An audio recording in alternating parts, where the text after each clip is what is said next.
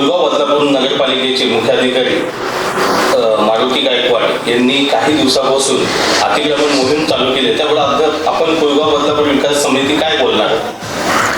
नवीन मुख्याधिकारी यांनी सूत्र हाती घेतल्या पण नगरपालिकेची त्यांनी हा गेल्या 10 ते 12 वर्षापासून बदलापूर शहराला अतिक्रमणाचा विळखा पडला होता. रस्त्यावरचे फुटपाथ रस्ते हे फेरीवाल्यांनी साफ गिरणकृत केले होते. परिणामी जनतेला आणि नागरिकांना आम्हाला त्रास व्हायचा फार जाता येता संध्याकाळच्या वेळेला आणि सकाळच्या वेळेला. त्याबाबत आमच्या विकास समितीने अनेक वेळा तक्रारी देऊन वर्तमानपत्रामध्ये प्रिंट मीडियामध्ये बातम्या लावून पण आत्तापर्यंत 8-10 वर्षामध्ये कुठच्याही मुख्याधिकाऱ्यांनी अशा प्रमाणात मोठा ड्राईव्ह घेतला नाही.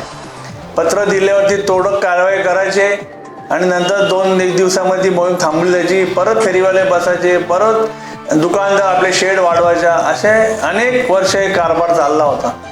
या सीओने आल्यावरती यांना पण आम्ही नियमाप्रमाणे रितशीर तक्रार दिली होती आणि त्यांनी सांगितलं होतं की जरा मी अंदाज घेतो परिस्थितीचा आणि त्याप्रमाणे मी तुमच्या पत्रात दखल घेईन.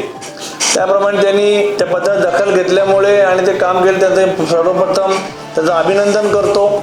आणि त्यांनी या घेतलेल्या ड्राईव्हला आमच्या कुलगाव बदलापूर विकास समितीच्या मार्फत मी त्यांना सहकार्य पाहिजे असल्यास ते पण देऊ शकतो आणि आम्ही त्या पाठिंबा व्यक्त करतो.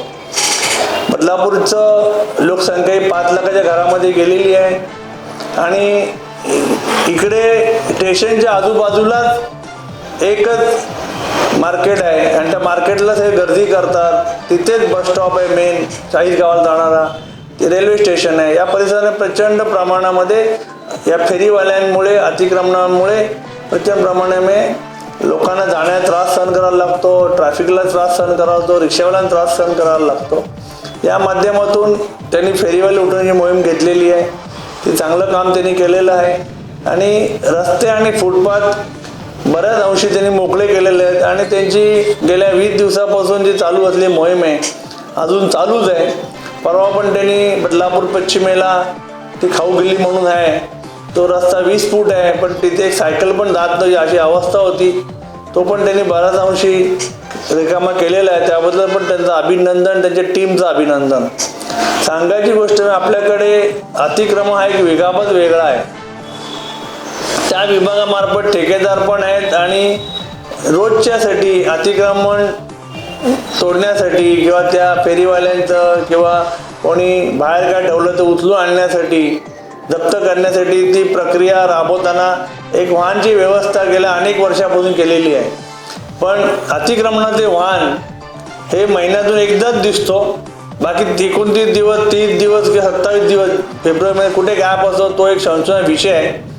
आणि नंतर माहिती कळलं की त्याच्यावरती माजी लोकप्रतिनिधीचा त्याच्यावरती चांगला वरदहस्त आहे त्या ठेकेदारावरती आणि तो ठेकेदार मग कुठच्या राजकीय पक्षाशी संबंधित आहे.